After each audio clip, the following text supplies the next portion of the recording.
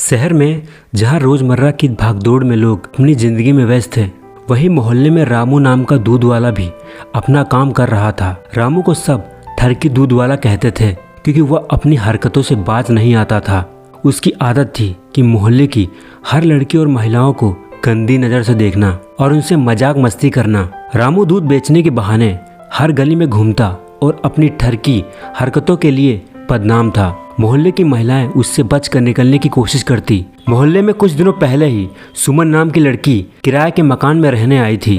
वह पढ़ाई के लिए शहर में आई थी और एक छोटे से किराए के घर में रहती थी। सुमन पढ़ाई में व्यस्त रहती है और ज़्यादातर वक्त अपने कमरे में ही बिताती है। एक दिन रामू दूध देने के बहाने सुमन के घर आता है। सुमन ने दरवाज़ा खोला तो रामू ने देखा कि वह बहुत ही सुंदर और मासूम थी। उसकी नज़रें सुमन पर टिक गईं। उसने मुस्कुराते हुए कहा, मैडम, आप तो पहली बार दिखी हैं। मैं यहाँ का दूध वाला हूँ।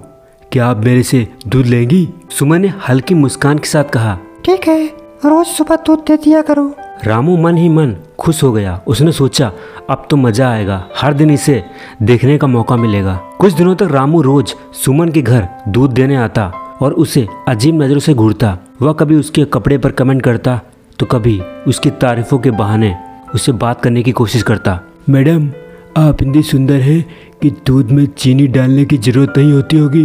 आपका चेहरा तो ऐसा चमक रहा है जैसे सुबह का सूरज। सुमन ने शुरू में ही उसकी बातों को अनसुना किया, लेकिन रामू की हरकतें दिन ब दिन बढ़ती ही जा रही थी। एक दिन रामू ने हद ही कर दी।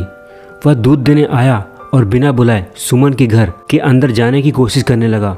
उसने कहा, मैडम, अकेली रहती हो? आपको मेरी मदद की जरूरत तो नहीं? सुमन ने गुस्से में कहा, आप अपने हाथ में रहिए, मैं आपकी इन हरकतों को बर्दाश्त नहीं करूंगी।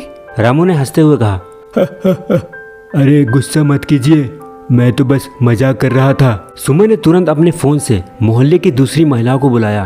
कुछ ही मिनटों में कई महिलाएं और पड़ोसी वहां इकट्ठा हो गए। सुमन ने सबके सामने रामू की हरकतें बताई।